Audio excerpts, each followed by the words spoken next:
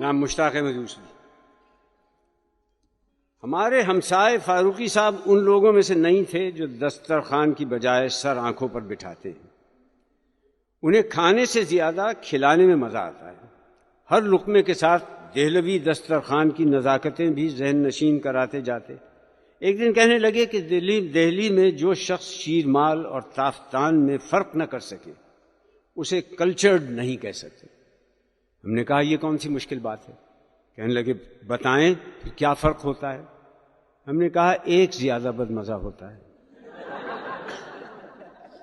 گرم چائے، تازہ غزل اور تیز چونے کے پان سے تواضع کرنے کے بعد فاروقی صاحب برنز روڈ کے کبابیے کی دکان پر لے جاتے ہیں اور گولے کے کباب کھلاتے ہیں۔ پیٹ بھرنے سے پہلے آنکھیں بھر آتی تھیں۔ پہلی دفعہ دکان پر لے گئے تو دلی کے کلچر اور قیمے کی باریکیوں پر روشنی ڈالتے ہوئے کباب کھانے کے ادب و آداب اتنی تفصیل سے بتائے کہ ہم جیسے پینڈو کی سمجھ میں بھی آ گیا کہ سلطنت ہاتھ سے کیسے نکلی۔ دلی کے کبابیوں کا کیا کہنا، بالکل وہی تیزابی مسالے جو بہادر شاہ ظفر کے زمانے میں تھے، وہی شاہی رکابداروں کی ترکیبیں سینہ بسینہ چلی آتی ہیں، وہی امراض بھی میدہ بمیدہ۔ کچری اور پپیتے کی ایسی لگاوٹ لگاتے ہیں کہ بقول شخص سے اگر مست بیل پر یہ مسالہ لگانے تو وہیں کھڑا کھڑا گل کے قیمے کا ڈھیر بن جائے۔ یوں تو دنیا میں غیبت سے زیادہ زود ہضم کوئی چیز نہیں ہے، لیکن یہ کباب بھی حلق سے اترتے ہی خارج ہو جاتے ہیں۔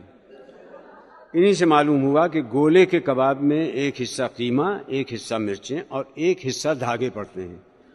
سیخ سے اتار کر کڑکڑاتے گھی کا بگھار دیتے ہیں۔ ہم نے پوچھا سیخ میں بگھار کس لیے؟ بولے اس سے مرچوں کا دف مر جاتا ہے۔ ساتھ سبک سی کٹوری میں گرم مسالہ رکھ دیتے ہیں، پھر کبابوں میں بکری کا بھیجا اور الڑ بچھڑے کی نلیوں کا گودا علیحدہ سے ڈالتے ہیں۔ ہم نے پوچھا یہ کیوں؟ بولے اس سے گرم مسالے جائفل اور جائتری کا دف مر جاتا ہے۔ اس کے بعد بڑی پیاز کے لچھے اور ادرک کی ہوائیاں اور ان کے اوپر ہری مرچیں کتر کر ڈالتے ہیں۔ یہ میسر نہ ہو تو محض سی سی کرنے سے بھی کام چل سکتا ہے۔ خمیری نان کے ساتھ کھاتے وقت برف کا پانی خوب پینا چاہیے۔ ہم نے پوچھا کیوں؟ کہنے لگے برف سے خمیری روٹی اور ہری مرچوں کا دف مر جاتا ہے۔ بعض نفاست پسند تو کبابوں پر تتیہ مرچ کی چٹنی چھڑک کر کھاتے ہیں، پھر حسب حیثیت دہی بڑے یا قلفی فالودے کی چاٹ اور ڈاٹ لگاتے ہیں۔ ہم نے پوچھا یہ کیوں؟ کہنے لگے اس سے چٹنی کا دف مر جاتا ہے۔ ہم نے کہا اگر یہ سارے چونچلے فقط کسی نہ کسی دف کا دف مارنے کے لیے ہیں تو چٹوروں کی سمجھ میں اتنی سی بات کیوں نہیں آتی کہ یکے بعد دیگرے دف مارنے کے بجائے شروع ہی میں کم مرچیں ڈالیں؟ اور اگر بیوی کم مرچیں ڈالنے پر تیار نہیں ہو تو پھر زبان پر ربڑ کا دستانہ چڑھا کر کھائیں۔ ادیب سہارنپوری نے اس مرحلے پر شعر کا سفید پرچم لہرا کر جنگ بندی کرائی۔ ہمارا ہاتھ اپنے ہاتھ میں لے کر بولے حضرت دنیا میں ہر بات منطق کے مطابق ہونے لگی تو خدا کی قسم زندگی اجیرن ہو جائے۔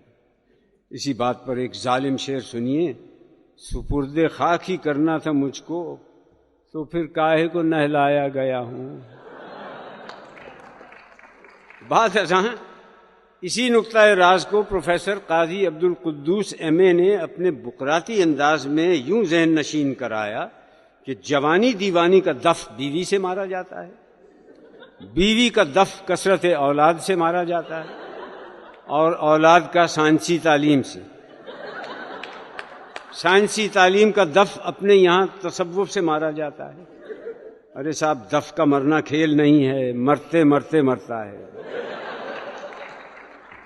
دف کا مطلب ہے کسی چیز کی شدت یا تیزی کو کم کرنا۔